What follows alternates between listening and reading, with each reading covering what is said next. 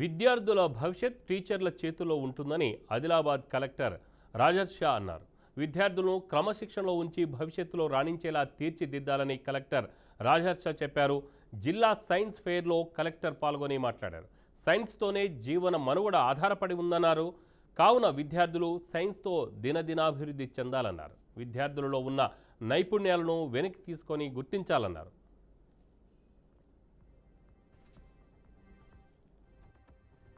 Science ఉంటేనే మనం మాట్లాడగలుగుతాం. Generator కూడా ఎట్లా పనిచేస్తుంది, జనరేటర్ ద్వారా ఏ విధంగా ఎలక్ట్రిసిటీ సప్లై అవుతాయి, ఎలక్ట్రిసిటీ సప్లై ద్వారా ఏ విధంగా మైక్లో అది మనం మీ అందరికీ కమ్యూనికేట్ చేయడానికి అవకాశం ఉంటుంది. ఇదంతా సైన్సే.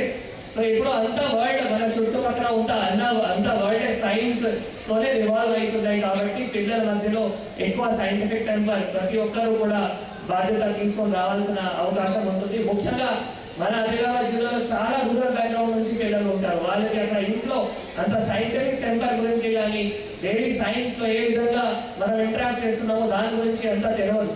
సో అందుకే టీచర్స్ రోల్, అంటే ఈ రూరల్ ఏరియాస్ లో teachers role, HMs role, NGOs role ఇంకా ఎక్కువ క్రూషియల్ అవుతున్నాయి. మన అర్బన్ ఏరియాస్ లో స్టిల్ వాళ్ళ చుట్టుపక్కల అంతా చాలా అవగాహనతో ఉంటారు, పేరెంట్స్ కూడా చాలా చదివి ఉంటారు కాబట్టి వాళ్ళు చెప్పగలుగుతారు. కానీ రూరల్ ఏరియాస్ లో అట్లా ఏం అవగాహన లేదు కాబట్టి మన బాధ్యత ఇంకా ఎక్కువ ఉన్నాయి. సో అందుకే మన పిల్లల మధ్యలో సైంటిఫిక్ టెంపర్ మనం డెవలప్ చేయాలి. ఈ వేదిక ఒక మంచి ప్లాట్ఫామ్ ఉంది. ఇక్కడ నుంచి ఎవరైతే అవార్డ్స్ ఎవరైతే విన్నర్స్ ఉంటారో మళ్ళీ వాళ్ళు స్టేట్ లెవెల్లో, ఇన్స్పైర్ సంబంధించిన మళ్ళీ నేషనల్ లెవెల్లో వెళ్ళడానికి అవకాశం ఉంటుంది. ఆ పిల్లలు సైంటిఫిక్ ఎగ్జిబిట్స్ కూడా ఏవైతే ఉన్నాయో మీరు కూడా మీ స్కూల్ లెవెల్లో డిస్ప్లే చేసుకొని మిగతా అందరి పిల్లల్ని కూడా నేర్పించుకోవడానికి బాధ్యత ఉంటుంది. అయితే ఈరోజు ఇక్కడ ఎవరైతే వచ్చారో నాకు తెలిసిన వరకు మన జిల్లా బ్రైటెస్ట్ ఉన్నాయి, అంతే కదా? ఈ రోజు ఇక్కడ ఎవరైతే పిల్లలు వచ్చారో సైంటిఫిక్ మోడల్స్ అవి ఎంత తీసుకొని వచ్చారంటే మన జిల్లాలో ఉన్న బ్రైటెస్ట్ మైండ్స్ మాట్లాడాలి అంటే తప్పకుండా సైన్స్ ఉంటే. బాల విజ్ఞాన సదస్సు వల్ల పిల్లల్లో ఉన్నటువంటి వారి ఆలోచన విధానాన్ని, రేపు ఈ దేశ భవిష్యత్తుని నిర్మించేటటువంటి ఎందరో మంది శాస్త్రవేత్తలను తయారు చేయడానికి ఇదొక గొప్ప వేదిక.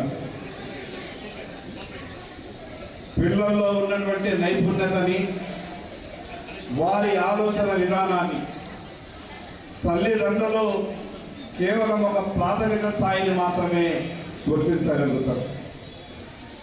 కానీ మిగతా 90% విషయాలని ఉపాధ్యాయులే ఆ యొక్క పిల్లలకు ఉన్నటువంటి నైపుణ్యత కానీ వారి ఆలోచన విధానాన్ని కానీ ఉపాధ్యాయులే పసిగట్టగలిగేటటువంటి అవకాశాలు ఎక్కువ ఉంటాయి. ఈరోజు సైన్స్తో పోటీ పడుతున్నాం. సైన్స్ లేనిదే జీవితం లేదు అనే విధంగా ప్రపంచం ముందుకెళ్తున్నటువంటి పరిస్థితి.